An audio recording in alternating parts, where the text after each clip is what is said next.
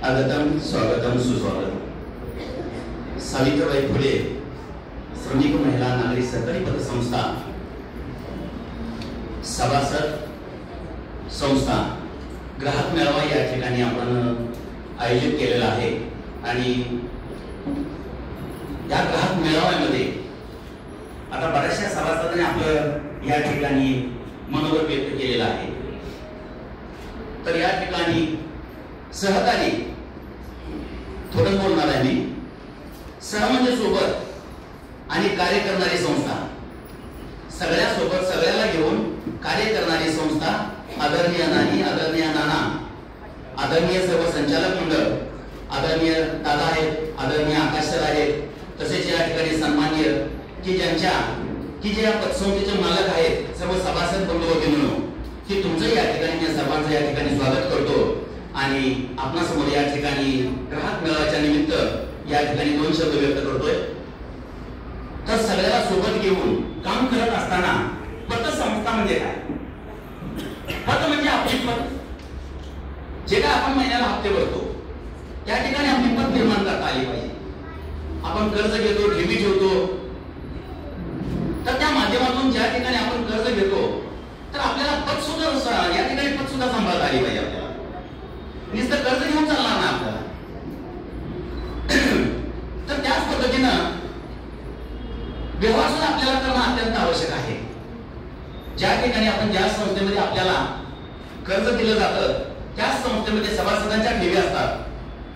आपल्याला एखाद्या सभासदाला जर ठेव परत द्यायची असेल, एखाद्याची 5 लाख ठेव आहे, कुणाचं लग्नाचं कार्य असतंय, कुणाचं घराचं असतंय, कुणाचं मुलाच्या शिक्षणाचं कार्य असतंय, अनेकांचे अनेक कामं असतात, कुणाचा दवाखान्याचा खर्च असतो। त्याच पद्धतीनं हा पतसंस्था जो शब्द आहे या ठिकाणी आपण तो जपला पाहिजे। आपल्याला नाना आहेत, नाणी आहेत, कर्ज देतात, बरोबर आहे, पण ज्या सभासदांच्या ठेवी आहेत या ठेवीमधून आपल्याला ते कर्ज रूपाने आपल्याला या ठिकाणी दिलं जातं।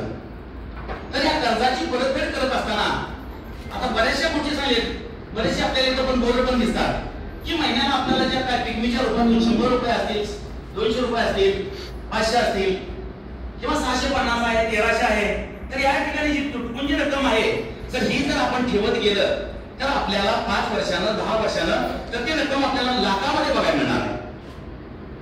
तर या गोष्टीच्या रूपातून आपल्याला जसं या ठिकाणी श्रीकृष्ण आणि सुदामाचा जसा मैत्रीचा संवाद होता तसा या ठिकाणी फडे परिवारानं आपल्या संस्थेतील ग्राहक किंवा सभासद म्हणतो आपण त्याला, तसं या नानीने आणि नानाने या ठिकाणी एवढा जो संबंध आहे एवढा प्रस्थापित केला आहे की अनेक है ना, जसं तुकाराम महाराज म्हणतात कसं की ज्या ठिकाणी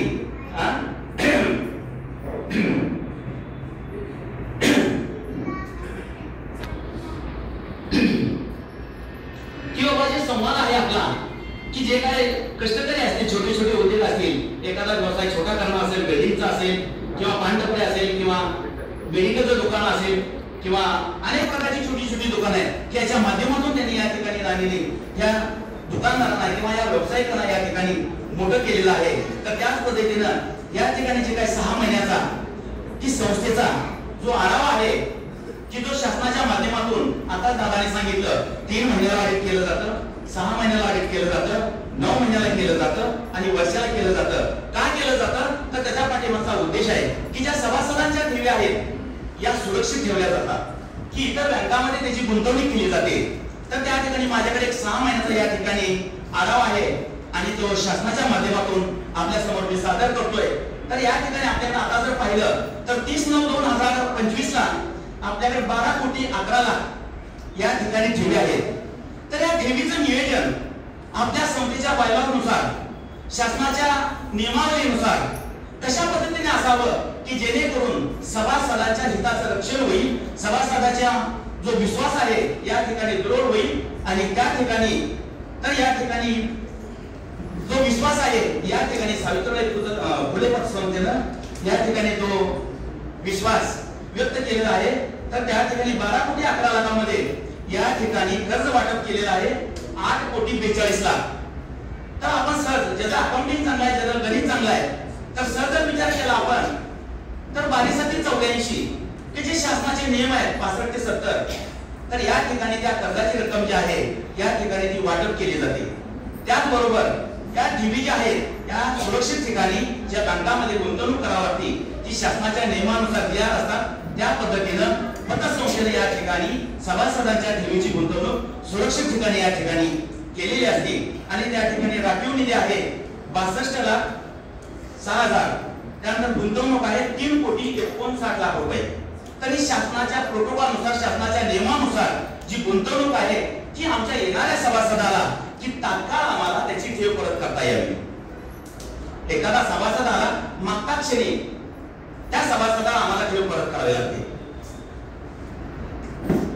1-2 मिनिटांमध्ये त्याला चेक लिहावा लागतो कारण आमच्याकडे ठेव ठेवल्यानंतर नाही म्हणता येत नाही आणि जो विश्वास आहे तो हा सगळा सभासदांचा ठेवीवर चाललेला असतो. त्यामुळे प्रत्येक येणाऱ्या सभासदाला ग्राहकाला सेवा देणं न थांबवता त्या व्यक्तीचं ते कार्य करणं मग सोने तारण असेल किंवा त्याचं कर्ज असेल किंवा काय कागदपत्र असेल ज्या ज्या गोष्टी काय सभासदाच्या माध्यमातून असतील त्या तात्काळ करणं या ठिकाणी ही सेवा आहे ना संस्थेच्या माध्यमातून आदरणीय मुजावर साहेब या ठिकाणी त्या कर्माचे पतसंस्थेचे कर्मचारी संचालक मंडळ आणि आदरणीय नाना आणि नानीच्या माध्यमातून या ठिकाणी या सर्व गोष्टी तात्काळ पार पाडल्या जातात आणि म्हणून या ठिकाणी या संस्थेचे खेळतं भागभांडवल आहे 13,47,00,000 आणि नफा आहे 8,67,000.